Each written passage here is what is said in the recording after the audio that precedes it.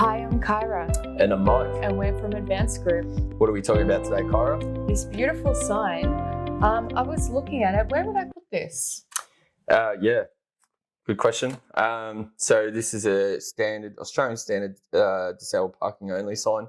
So this would be to the right of a bay or bays.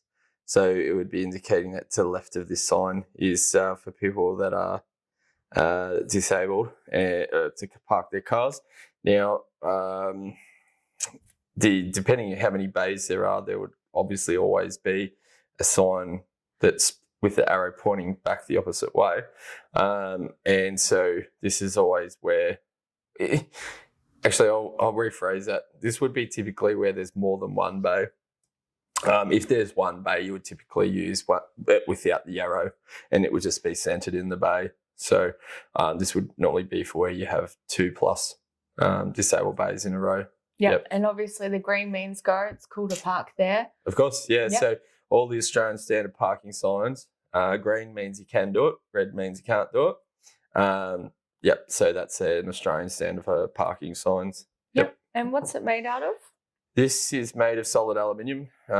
It's printed face, obviously, but the aluminium substrate is your marine grade aluminium, and it would be fine to use anywhere, even bayside. So it's not going to degrade in the with rust or whatever. Yep. And how do I attach it to the pole? Yeah, great question. So on the back, you'll see that we have two pre-punched holes, and so those would be your bolt holes. Now, sold separately on our website, we have some brackets, and there's a bolt would go through these holes. So if you have a knife, you can just punch your knife through to be able to cut the vinyl, and then you can put your bolts through and mount the brackets up to your whatever pole it is. If you don't have a normal pole, then you can put it onto a lamp pole or a utility pole or anything else. If you are wall mounting it, then you can use a specialist adhesive. We sell a specialist adhesives. Or you could use some double-sided tape and a combination of an adhesive. You could potentially screw or drill some way of mechanical fixing into a wall if you really had to. You can put it onto a cyclone wire fence because the holes are square at the back. Some of those coach bolt type bolts will have a square component on the coach bolt, so that then you can put a nut on the other side with some sort of a big, say for example, a strip of metal around the back that holds this onto a cyclone wire fence. So those things are also sold separately on our website if you needed to look up those sorts of things. Yep. And how long would it generally last for? It looks pretty durable. Yeah, good question. So everything that's in the outdoors in the weather is going to have a different lifetime. So you've got ideally a few different components making up this sign. So you've got the aluminium, you've got the vinyl, you've got the ink, and then you've got a laminate. Now, the laminate might be 10-year, but that might only mean that only in the worst environments it would last 10 years. So if it was facing the direct sun in a harsh environment, then it might only just reach its 10-year life, but expectancy, if it's not pointing directly at the sun, might be up to 20 years. The ink is protected by the vinyl, so that's going to last the same amount as the laminate. And the vinyl, again, you're looking at 10-year life expectancy. So that would be in the worst conditions. But yeah, so generally these things can last up to 20 years. The aluminium would last many, many times longer than that. But yeah, that's generally the case. So you were saying before that the disabled bit is on there, obviously just for disabled. If Yes. It wasn't, would this sign be a different size? So the reason why these signs are these dimensions, so it's 225 mil wide, 450 mil tall, is so that if they are on a pole, it's less likely to get bumped by people that are, manoeuvring their way around things. So in general, a parking sign is above head height, well above head height. because people are getting in and out of their vehicles and navigating their way around these sorts of things. If they're bumping into it, it's going to damage the sign, whatever's bumping into it, hopefully not someone's head. And hopefully you wouldn't mount this at head height because it would make a bad abrasion on somebody's head, and you could definitely get sued for something like that. So the Australian standards do dictate how high these should be off the ground.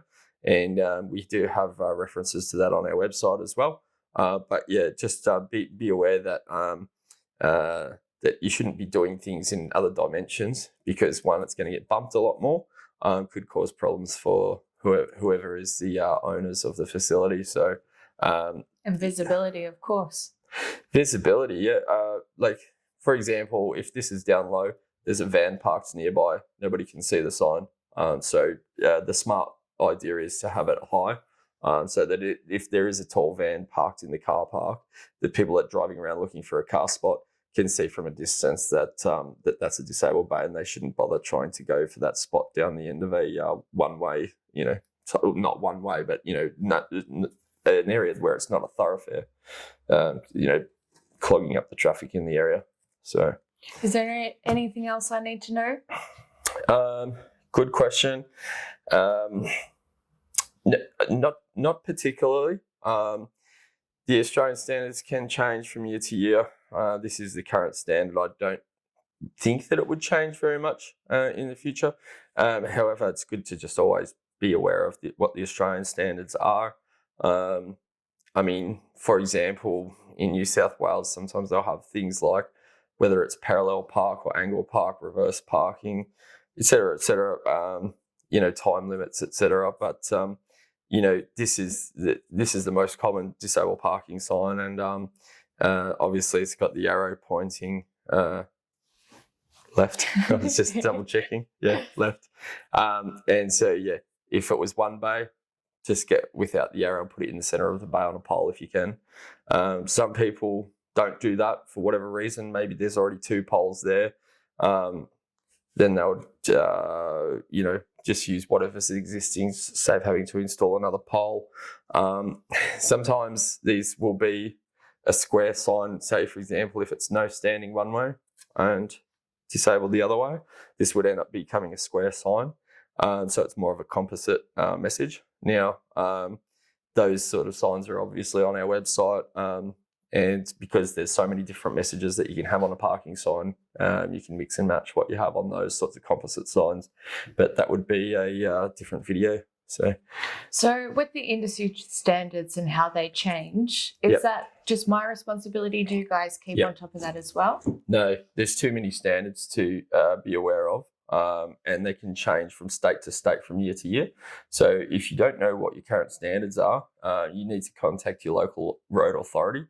So in Victoria, it's Vic Roads, RTA in New South Wales, RTA. It used to be RMS, but I think it's RTA. They still do have an RMS, I think, as well. But anyway, that would be the marine and roads. But main roads in Queensland, Western Australia. So just if you do have a query about the current Australian standards, don't take anyone's word for it unless it's in writing from your local authority.